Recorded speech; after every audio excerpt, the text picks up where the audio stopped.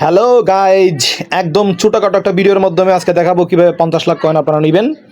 So আর দেরি নয়, আজকে একদম সহজ সিস্টেম। সব মার্কেটে আপনারা এই যে ঢুকবেন, এখানে ঢুকার পর মাইন্ড সেকশনে আসবেন, আসার পর সব মার্কেটে আছে, এই যে মার্কেট লেভেল।